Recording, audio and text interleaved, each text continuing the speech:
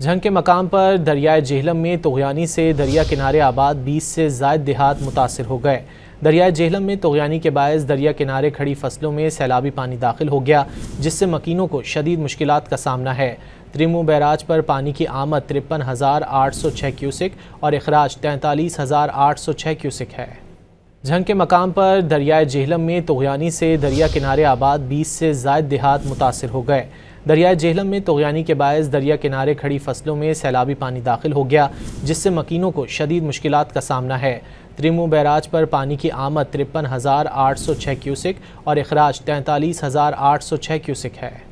झंग के मकाम पर दरियाए जेहलम में तुग़यानी से दरिया किनारे आबाद 20 से ज़ायद देहात मुतासिर हो गए।